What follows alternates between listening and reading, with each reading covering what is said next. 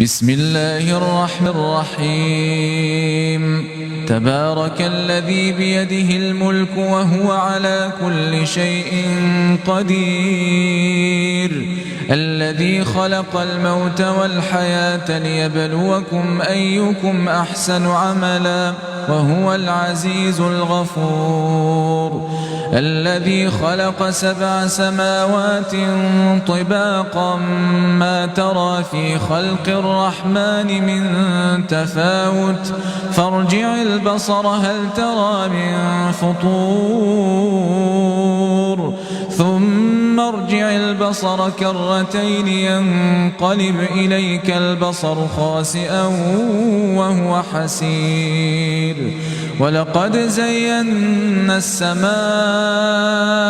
الدنيا بمصابيح وجعلناها رجوما للشياطين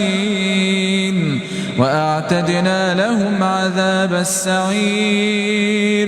وللذين كفروا بربهم عذاب جهنم وبئس المصير إذا ألقوا فيها سمعوا لها شهيقا وهي تفور تكاد تميز من الغيظ كلما ألقي فيها فوج سألهم خزنتها ألم يأتكم نذير قالوا بلى قد جاءنا نذير فكذبنا وقلنا ما نزل الله من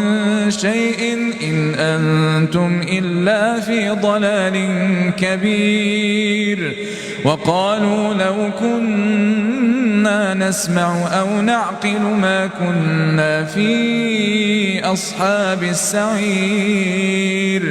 فاعترفوا بذنبهم فسحقا لأصحاب السعير إن الذين يخشون ربهم بالغيب لهم مغفرة وأجر كبير وأسروا قولكم أو اجهروا به إنه عليم بذات الصدور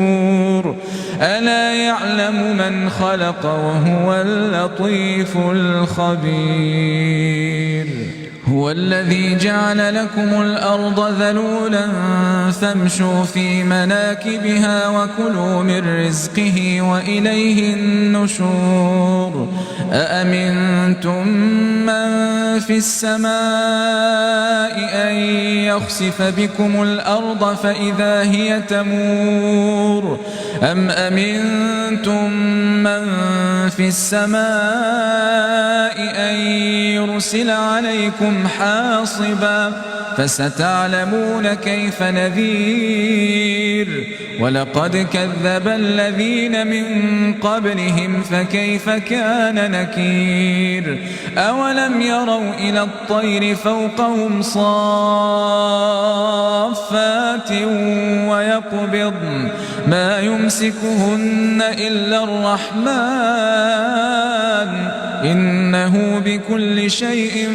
بصير أمن هذا الذي هو جند لكم ينصركم